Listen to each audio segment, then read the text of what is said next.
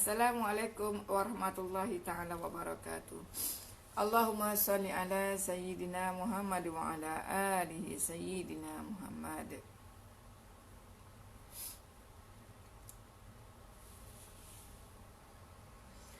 Allahumma salli ala Sayyidina Muhammad wa ashli zalimin bizalimin.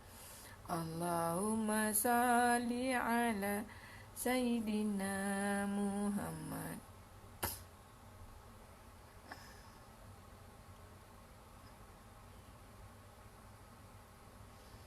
wa ashli zalimin bizalimin.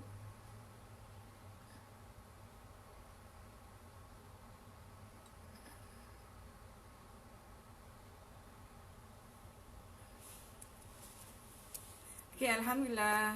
Sahabat-sahabat semua, apa khabar hari ni? Okay, saya nak share berkenaan apabila anda nak menuju ke perjalanan proses menjadi seorang jutawan, dunia menuju akhirat, ya, dunia menuju akhirat. So apa yang anda perlukan, salah satunya adalah aktiviti, ya, aktiviti ataupun keperluan, keperluan jiwa, makanan jiwa, ya, makanan jiwa. So alhamdulillah hari ini salah satunya adalah dengan membaca Al-Quran, ya, baca Al-Quran. So alhamdulillah hari ini saya dah pun selesai juz 5. Okey. Kalau kita nak menjemput rezeki, sahabat-sahabat semua, okey, kita paling penting kita punya energi yang tinggi. Setiap orang punya untuk menaikkan energi dalam diri dia, setiap orang tu punya kaedah yang berbeza, punya kaedah yang berbeza. Tapi bagi saya suka ambil kaedah lepas membaca Al-Quran, baca Al-Quran, sebab satu huruf Al-Quran saja dia punya pahalanya sampai 10 kali ganda, 10 kali ganda. Dan bayangkan dia punya keberkatan, keberkatan dia. Cuba bayangkan, kita semua tahu ada orang-orang yang cuba pijak Al-Quran ni, di kakinya jadi besar. Jadi itu sebagai kebuktian bahawa betapa Al-Quran ini dia punya Assalamualaikum Cikgu Aisyah. Al-Quran itu dia punya tenaga dia atau tenaga dia memang sangat besar, okey. Jadi saya ambil pendekatan untuk membaca Al-Quran. Okey, so jadi saya akan share anda tips, ya, tips. Okey, bila kita lepas baca Quran, Al-Quran, pastikan bila kita lepas baca Al-Quran, kita mendoakan, kalau kita sebagai leader, kita berdoakan, minta keampunan daripada Allah SWT, untuk diri sendiri, untuk kita punya anggota tubuh badan kita. Lepas tu kita mendoakan kedua ibu ayah kita dengan syafaat Al-Quran ini. Mudah-mudahan ibu ayah kita terang kuburnya, kan. Jadi kita juga mengirimkan Fatihah kepada keturunan kita yang ke atas. Lepas kita minta keampunan untuk adik-beradik. Assalamualaikum Puan Masya.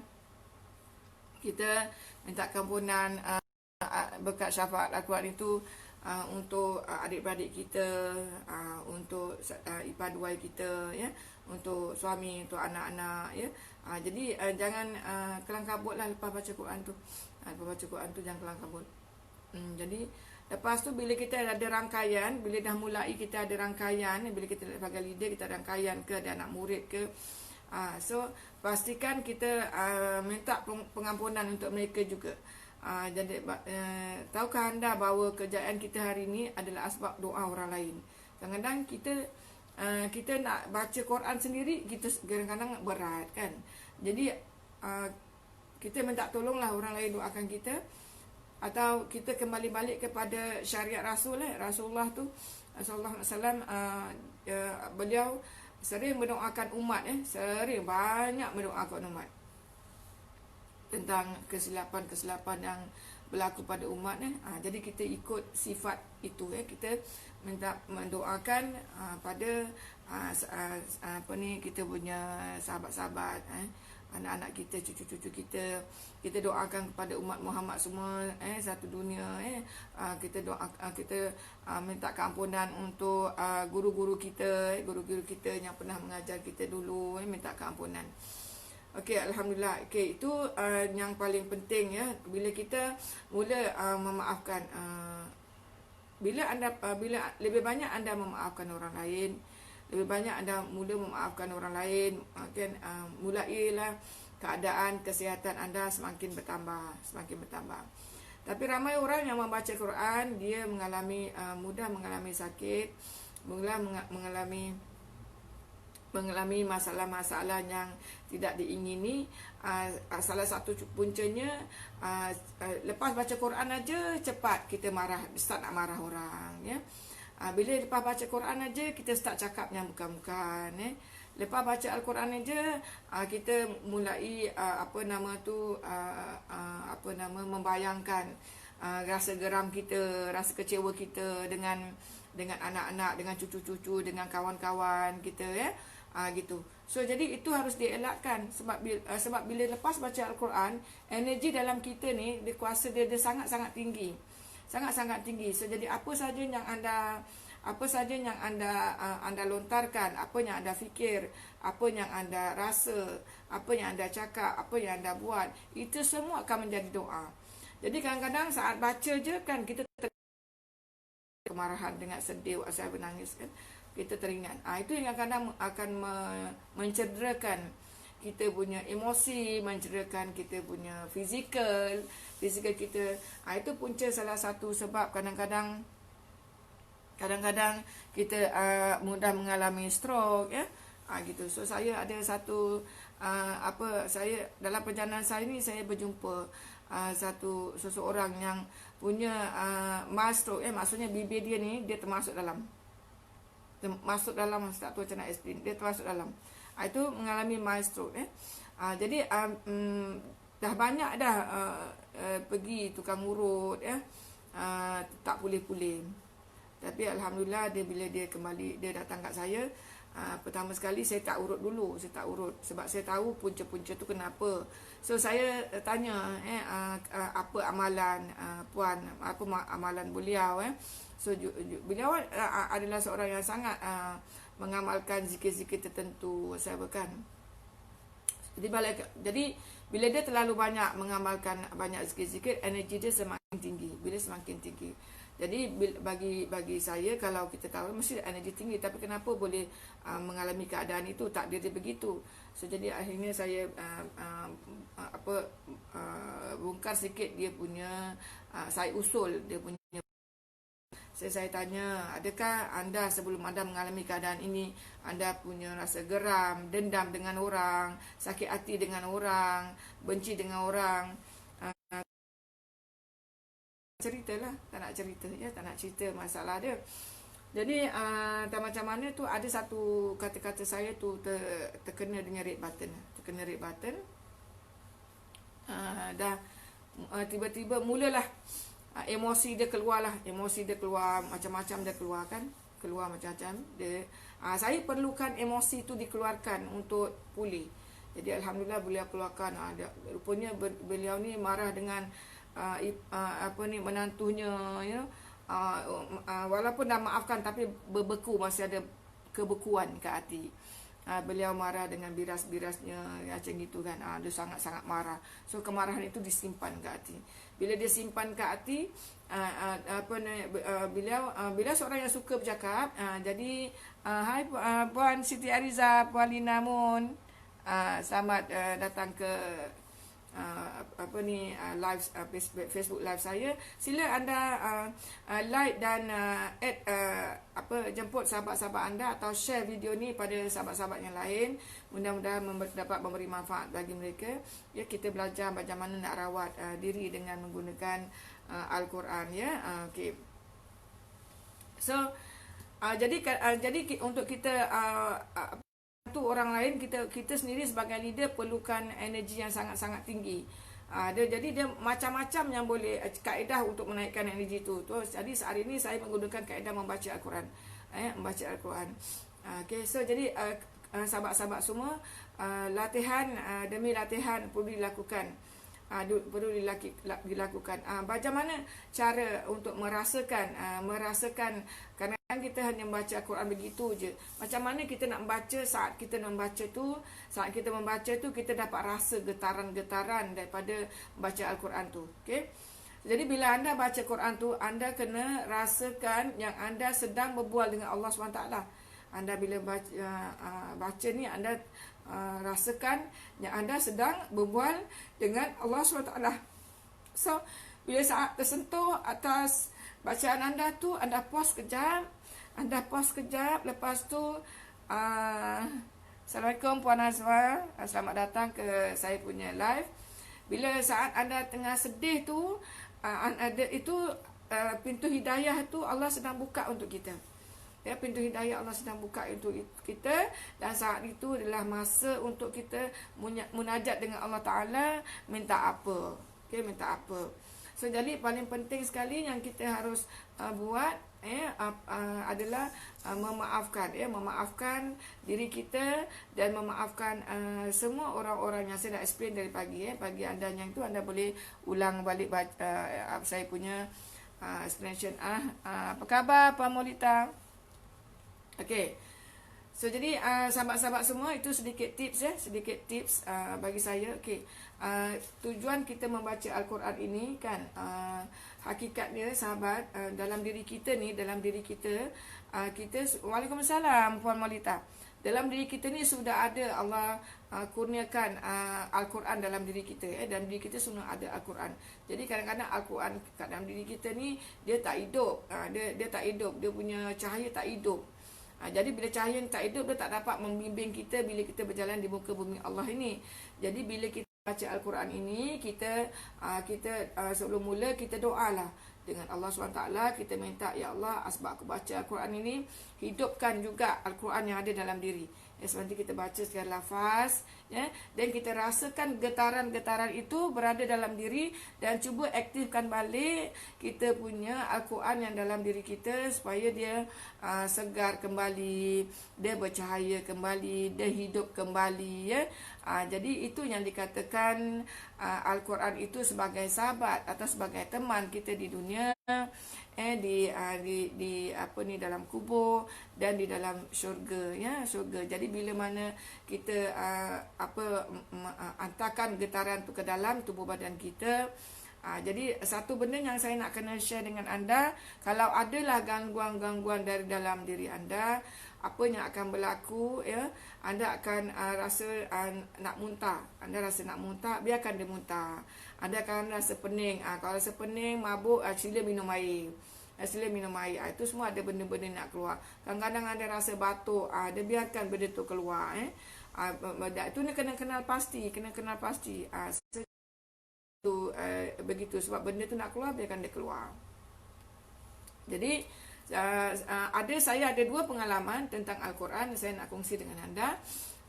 Kenapa saya share dengan anda tips-tips membaca Al-Quran, membaca Al-Quran yang sangat-sangat mampu. Allah berfirman dalam Al-Quran, wa iza maritu fa huwa yasfin, iaitu Al-Quran itu adalah daripada Allah penyakit itu datang, kepada Allah kita kembalikan, ataupun Allah yang memberi penyakit, Allah juga yang menyembuhkan.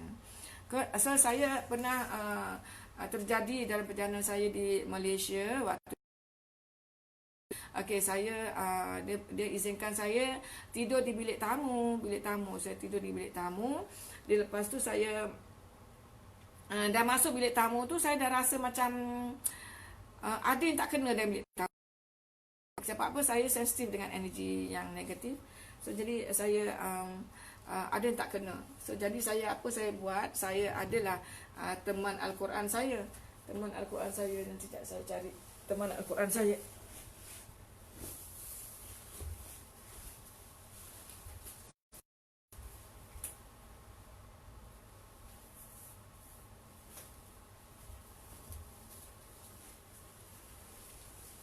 Okey sahabat.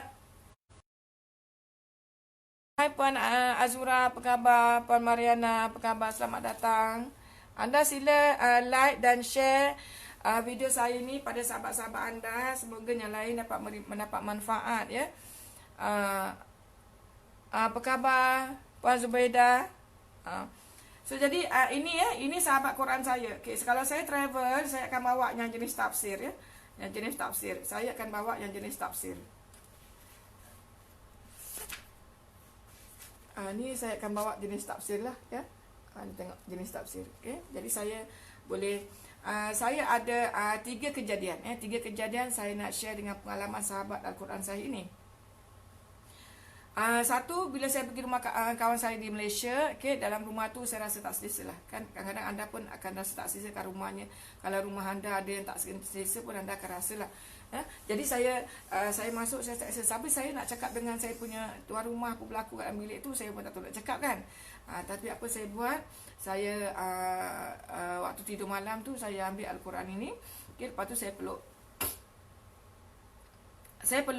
Kan, saya peluk Al-Quran ini sebab Al-Quran ini dia mempunyai kuasa yang sangat tinggi. Dia banyak tenaga yang sangat tinggi. Okay, kita peluk, saya peluk, lepas tu saya doa.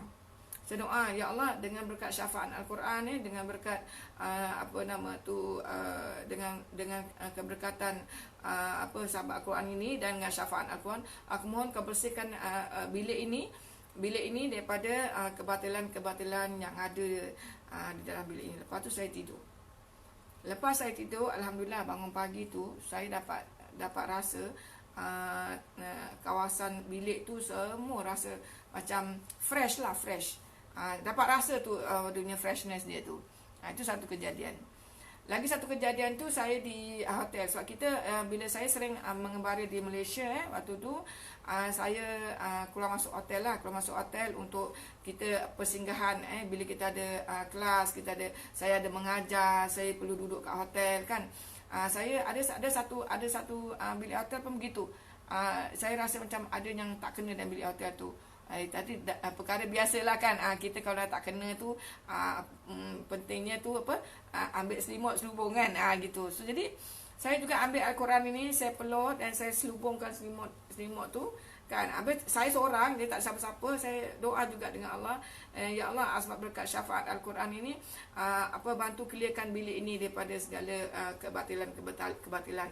Tapi saya taklah sebut nama dia kan, saya cakap kebatilan saja, sebab guru saya dah pesan jangan masuk frekuensi dia. So saya tak sebutlah nama dia. Cakap keluarkan semua daripada kebatilan ni. Itu saya lakukan, alhamdulillah.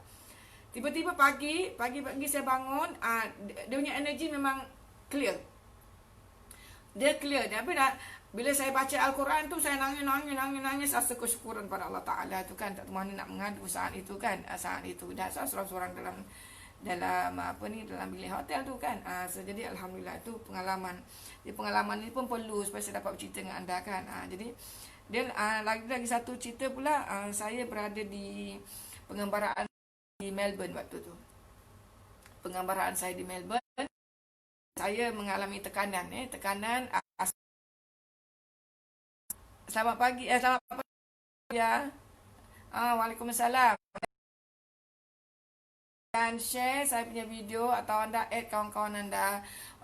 Semoga ini memberi manfaat bagi mereka. Saya memberi sedikit tips Okey, dan apa berlaku dalam perjalanan tu, dalam bas saya kena kind of bully lah, kena bully macam tu lah. Bahasa kasarnya bully lah, tapi dia ada bahasa-bahasa lain lah. Dan saya rasa sangat-sangat sedih, sangat-sangat upset, dan saya tak ada kawan nak berbual waktu tu. Padahal dalam bas tu dah 40 orang ada kan, tapi tak ada kawan nak berbual. Jadi saya rasa sangat-sangat sedih, sangat-sangat tak tahu macam mana saya nak explain lah. Saat itu memang kecewa, sakit hati, macam-macam lah berlaku. Biasalah kita kalau mengembara seorang-seorang kan. Jadi saya ambil inilah sahabat saya kan. Betul lah, jadi sahabat. Saya dalam bas tu saya pegang juga. Saya minta dengan Allah, ya Allah, hari ni hati aku sangat sakit. Tapi engkau kata penyakit ni datang daripada engkau aja yang boleh angkat penyakit ni. Jadi saya doa, wa izamaritu fa wa yasfin, saya doa minta dengan Allah kan, minta dengan izin. Waktu tu nangis, minta dengan Allah kan, nangis sebab hati sakit tu kan. Siapa yang saya doa minta dengan Allah gitu. Jadi bila saya doa tak lama, tak sampai setengah jam, dalam 10 minit gitu. Subhanallah, dalam 10 minit gitu hati saya tenang setenang-tenangnya. Yang paling best dengan dapat maafkan orang-orang yang telah menyakiti hati saya saat itu. Dan adalah kelebihan yang Allah bagi lepas tu lah. Kan itu cerita dia lah. Itu sedikit 3 pengalaman saya bila bersahabat dengan Al-Quran ya. Sahabat-sahabat, so semua pastikan di mana pun anda berada, lebih-lebih lagi kalau anda nak berjaya dalam hidup anda, dalam menuju perjalanan menuju Allah SWT, anda kena ada sahabat Al-Quran ini. Jadikan dia sahabat di dunia baik, di mana saja baik, jadikan. Dan tadi saya dah bagi panduan-panduannya, anda amalkan, dan insyaAllah bila anda amalkan, anda bolehlah bagi feedback dekat komen-komen saya, dekat komen tu kalau dah amalkan tu. Jadi kalau ini ilmu yang sedikit ini memberi manfaat bagi anda, dan sila share ya, like atau share video ni pada sahabat-sahabat anda yang lain, sebenarnya lain pun memberi manfaat. Okey, saya dapat ilmu ni, saya concern sangat tentang ilmu ni bila saya buat kajian. Terlalu ramai orang yang membaca Al-Quran tapi dia sakit. So saya dah faham dah punca-punca dia kenapa sakit ya. So hari ni saya bagi anda cara, anda bagi tips ya. InsyaAllah anda amalkan. Lebih-lebih lagi sebelum anda mulakan seorang pemandu-pemandunya anda sedang driving ke apa kan. So pemandu ni dia cepat sangat melafazkan satu, kalau kena overtake ke dia setaklah dia macam-macam benda dia cakap kan. Kalau tersalah sikit macam-macam benda cakap tu waktu memandu. So jadi kita amalkan jadikan Al-Quran ini sebagai sahabat kita di dunia juga. Ya, kalau anda tengah menunggu lama sangat kan, tak ada, jadi boring kan. So jadi sebelum anda buka anda punya Facebook, sebelum anda buka anda punya handphone, buka ni dulu, tengok apa nasihat yang Allah nak bagi pada anda. Okey, ini sedikit tips macam mana nak rawat diri sendiri dengan Al-Quran ya. Macam mana pentingnya kita setiap hari mendoakan rangkaian-rangkaian kita semoga dia berjaya baik di dunia baik di syurga, dan semoga Allah tunaikan semua hajat-hajat mereka ya. Gitu sahabat. Okey, ni sedikit tips ya. Sedikit tips. Nanti insya-Allah saya akan kongsi anda untuk tips-tips selanjutnya ya.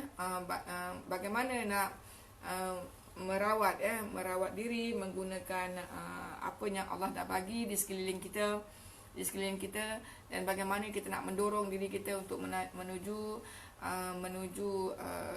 kembali balik pada Allah. Okey, so ni sedikit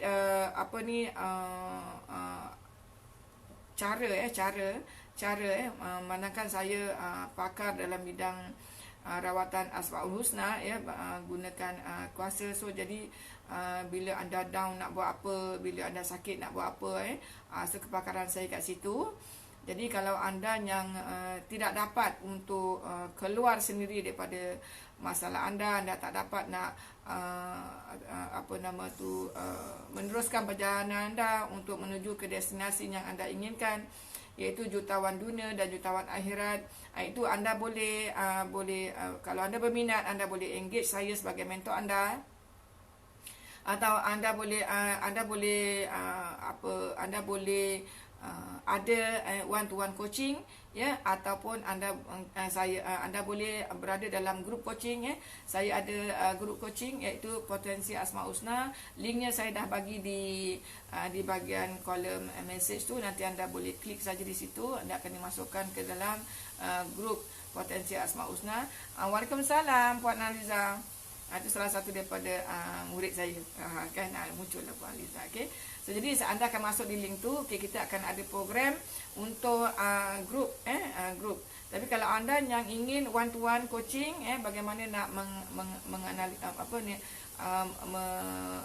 membantu diri anda untuk bangkit ya daripada masalah-masalah silam, so sila PM saya direct, beritahu yang anda nak personal coaching kita ada price tertentu untuk masuk personal coaching. Maknanya saya coaching one to one ya.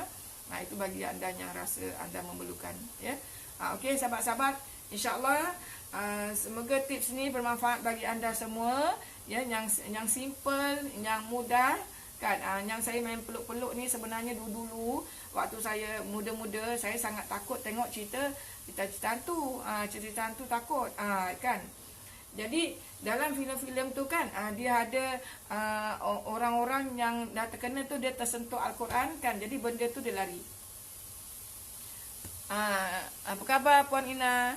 Okay, bila tersentuh dia lari. Jadi bila saya upgrade ilmu saya dalam bidang kerohanian, saya upgrade dalam bidang potensi, rupanya itu benda tak main-main. Dia bukan saya saja, memang betul kalau sentuh memang energi negatif ni tak akan lari daripada kita. Kan, dia lari.